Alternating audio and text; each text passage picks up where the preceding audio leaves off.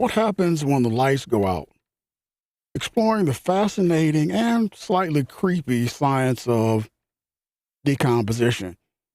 Welcome to the Stuff You Should Think About podcast, where I answer everyday questions about phenomena and objects.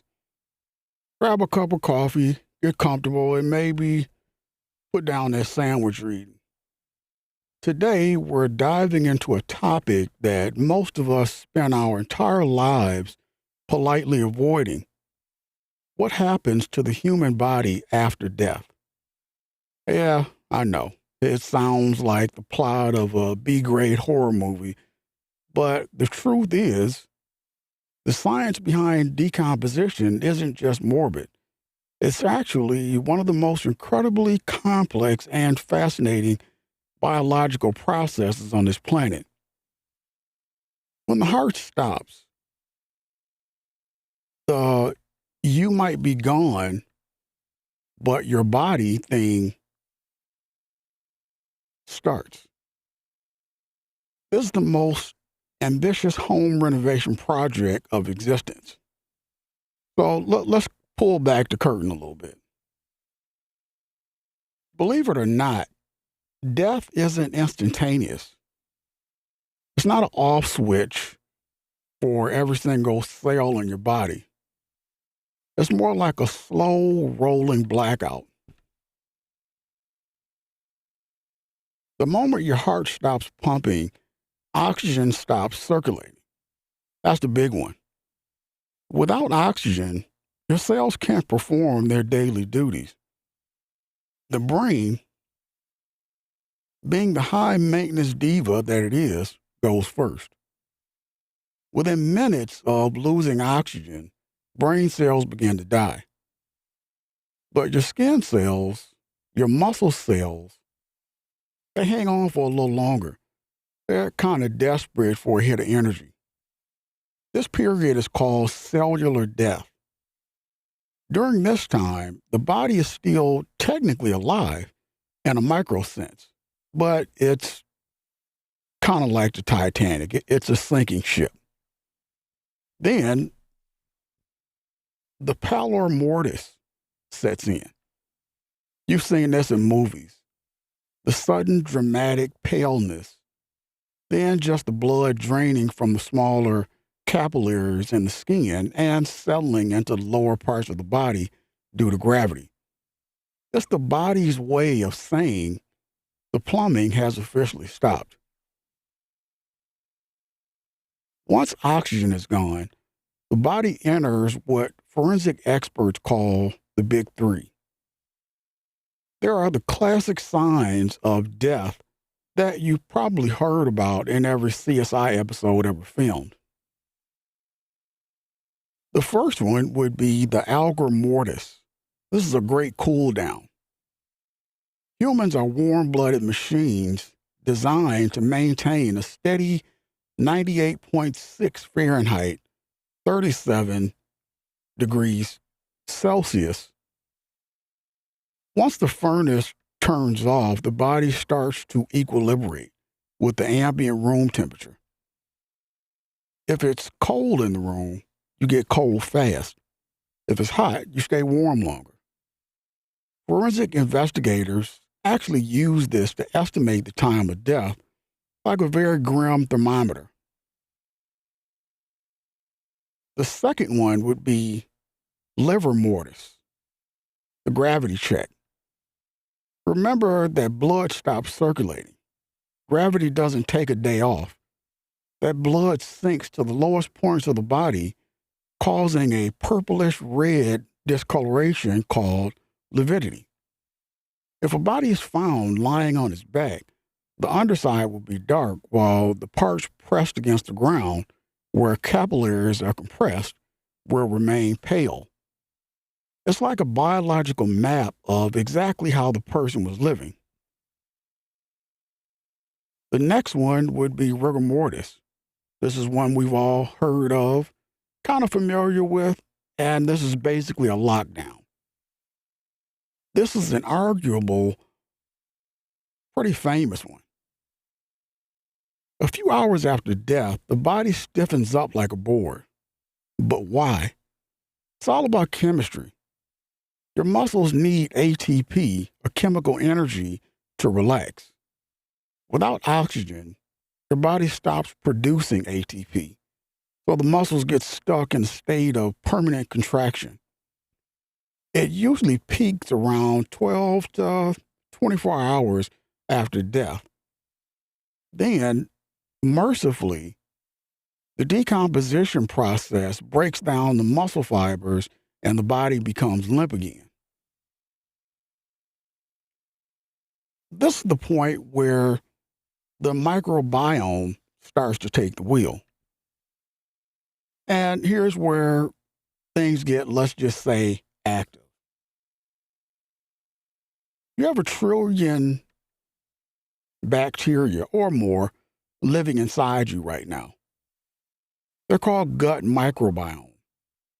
And they're your best friends. They help you digest food and keep your immune system sharp. But the moment you die, your immune system, the bouncer at the club, it shuts down. The bacteria inside your gut suddenly realize that the bouncer has gone home. No protection. They don't just stay in the intestines, they start to migrate. They begin to feast on the tissues of the body from the inside out. This is the start of putrefaction. The body produces gases as a byproduct. Methane, hydrogen sulfide, ammonia. These gases build up inside the abdominal cavity, causing the body to bloat. This is also when the skin color changes to greenish black hues. It's the bacteria's version of a neighborhood block party, and they're eating everything in sight. Now we're going to talk about nature's recycling crew. If the body is outdoors, a whole cast of new characters shows up. This is the part insects love. Blowflies are usually the first responders. They can smell the pheromones of decay from over a mile away. They arrive, lay eggs, and in 24 hours, those eggs hatch into maggots. These maggots are the ultimate cleanup crew.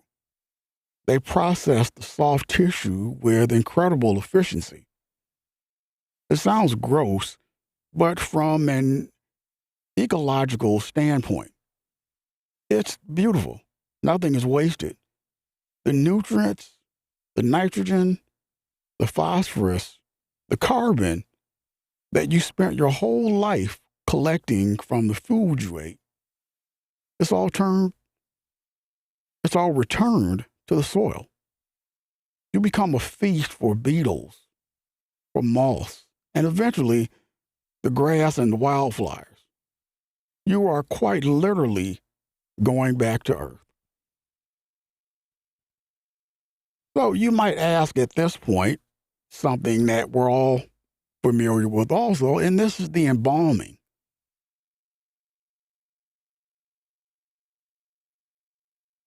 And, you see this, we all know about the whole funeral process. And, people they're not decomposing in the casket. Well, actually, they're not decomposing at a point where you can see, but they are still decomposing. And this is where human intervention comes in. Embalming is essentially a way of pausing the clock. We drain the blood and replace it with a cocktail of chemicals, mostly formaldehyde and glucuronidase. I'll say it again. Glucuronidase.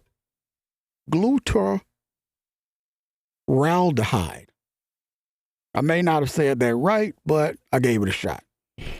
That kind of bacteria and fix the tissues. It's essential, a temporary preservative, basically. It keeps the body looking peaceful for the funeral, but it doesn't stop the inevitable.